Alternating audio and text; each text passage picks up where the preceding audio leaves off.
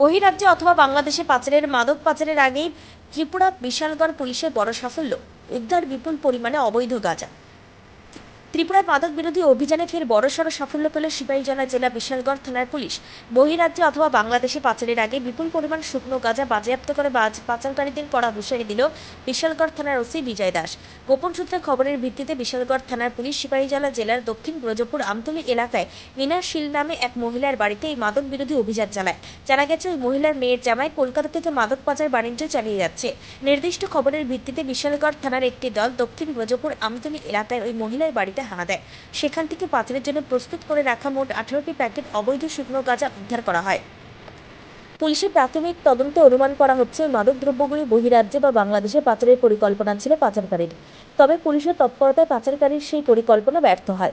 উদ্ধারকৃত গাঁজাগুলি বর্তমানে বিশালগড় থানায় নিয়ে আসা হয়েছে এবং অভিযুক্ত মাদক পাচারকারীর বিরুদ্ধে মাদক আইনের সুনির্দিষ্ট ধারায় মামলা রুজু করে তদন্ত শুরু হয়েছে। এই ঘটনার সাথে জড়িত মূল পাচারকারীদের খোঁজে তল্লাশিও জারি রেখেছে পুলিশ। পুলিশের এই মাদক বিরোধী অভিযানের ফলে স্থানীয় এলাকায় চাঞ্চল্য ছড়িয়েছে।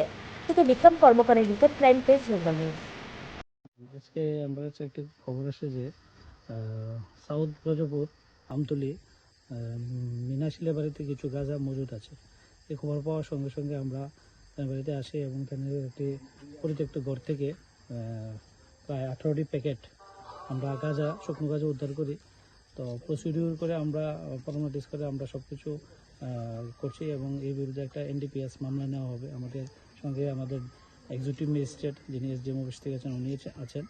আর আজকে আমরা এগুলা এখন বাজেয়াপ্ত করে থানাতে নিয়ে যাব এবং নতুন NDPS আইন নিয়ে আমরা তদন্ত শুরু করব। আমাদের কাছে একটা খবর যে এই গাঁজাগুলো নাকি ওনার মেয়ের জামাই যে নাকি কলকাতায় থাকে, সে মানে আন্তঃরাজ্য এরকম পাচার বাণিজ্যের সঙ্গে যুক্ত সে রেখেছে বিষয়টা।